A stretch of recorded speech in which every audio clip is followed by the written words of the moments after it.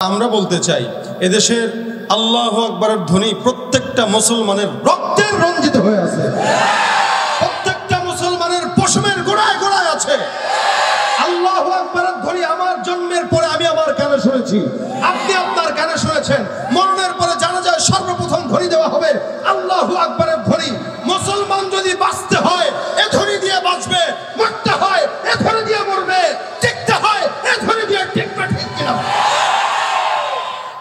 এ ধ্বনি মুসলমানের, এ ধ্বনি গোটা বাংলাদেশের, এ ধ্বনি আপনার আমার, এ ধ্বনি আওয়ামী লীগের, এ ধ্বনি বিএনপির, এ ধ্বনি এদেশের 18 কোটি মুসলমানের। যদি এদেশের মুসলমান 90 ভাগ হয় তাহলে 90 ভাগ মুসলমানের ধ্বনি হবে কি? জোরে বলেন কি? ভয় আছে? এই ধ্বনি দিতে ভয় আছে? আরো জোরে বলেন ভয় আছে?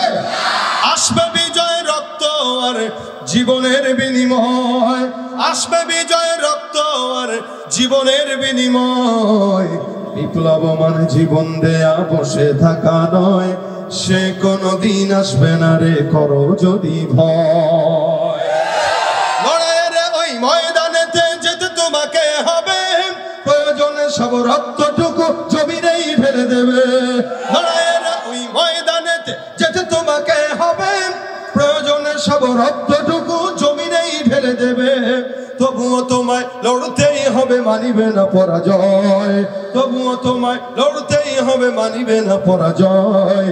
বিপ্লব মানে জীবন দেয়া বসে থাকা নয়, সে কোনদিন আসবে না রে করো যদি ভয়। ঠিক ভয় পাবো কাকে? ইনশাআল্লাহ। আরো জবান খুলে, আপনাদের জবান খুলতেই হবে, খুলতেই হবে। কার জন্য? নির্বাচন সামনে আসতেছে, আসবে, অনেক জবান খুলবেন শুধুমাত্র 1 কাপ চায়ের জন্য। আসতে কয় 1 কাপ চায়ের জন্য মাঝে মাঝে দেখি বান্ডিল নিয়ে, ওইদিন আসতেছি সমাবেশ, দেখি বান্ডিল 100 টাকার বান্ডিল সব, আর যার হাতে বান্ডিল তারে 10-15 জন মিলে ঘিরে ধরছে। 100 টাকা দিয়ে স্লোগান কিনতে পাওয়া যায় এদেশে, কিন্তু আল্লাহু আকবারের ধ্বনি টাকা বিনিময়ে পাওয়া যায় না, এটা মানুষ রক্তের জন্য হলেও দেয়। সুতরাং আজকে ধ্বনি দিবেন কার জন্য? ভাইরা আমার দিকে তাকান, একটু বলেন আমরা সবাই কি পরিচয়ে? মুসলমান। এটা কি স্থায়ী না অস্থায়ী? মুসলমানের ইসলাম এটা তার একটা দল, এটা আমাদের একটা, আমরা ইসলাম ধর্মের দলের লোক। আমাদের ইসলাম ধর্মের নেতা আছে না? দুনিয়ার মানুষ আজকে আওয়ামী লীগ কালকে বিএনপি, আজকে বিএনপি কালকে আওয়ামী লীগ হতে পারে, অস্বাভাবিক কিছু নয়।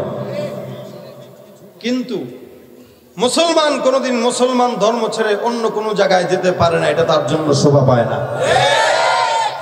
আমাদের যেই পরিচয় ইসলাম, এটা আমাদের স্থায়ী পরিচয়। কি পরিচয়? আর আওয়ামী লীগ বিএনপি জাতীয় পার্টি জামাত এগুলো অস্থায়ী পরিচয়, ঠিক না? আমাদের ধর্মের নেতা মুহাম্মদুর রাসূলুল্লাহ, ইনি আমাদের স্থায়ী নেতা। কথা বলেন, কি নেতা? স্থায়ী নেতা।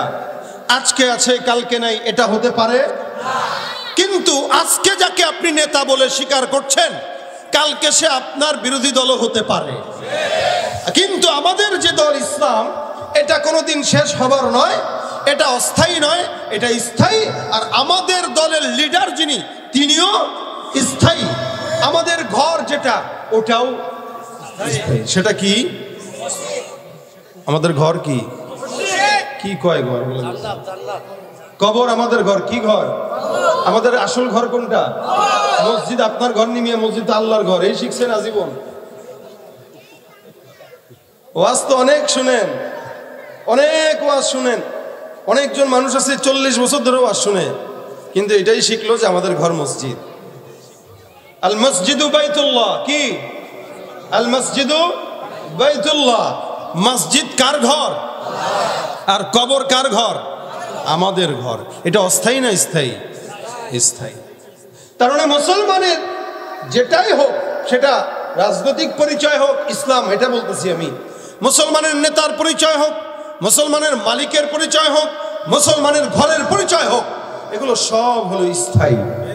এগুলো শুধু দুনিয়াতে টিকবে বিষয়টা এমন নয়, এটা তার আখিরাতের জন্যও কাজে লাগবে। এই জন্য আল্লাহ পাক বলেন লা তামুতুন্না ইল্লা ওয়া আনতুম মুসলিমুন। মুসলমান না হয়ে কবরে, কথা বলে না, মুসলমান না হয়ে কবরে, তার মানে তোমার ইসলামটা কবরেও লাগবে, তোমার ইসলামটা হাসরেও লাগবে, তোমার ইসলামটা জান্নাতেও লাগবে, তোমার মুহাম্মদুর রাসূলুল্লাহ নেতাটা দুনিয়াতেও লাগবে, তোমার মুহাম্মদ নেতাটা আখিরাতেও লাগবে, তোমার মুহাম্মদুর রাসূলুল্লাহ নেতাটা জান্নাতেও লাগবে, ঠিক কি না? কিন্তু আমরা স্থায়ী এই সমস্ত ধর্ম নেতা এগুলোকে বাদ দিয়ে অস্থায়ীটার পিছনে জান মাল সব কোরবান করতে পছন্দ করি। এটা বাস্তব না অবাস্তব?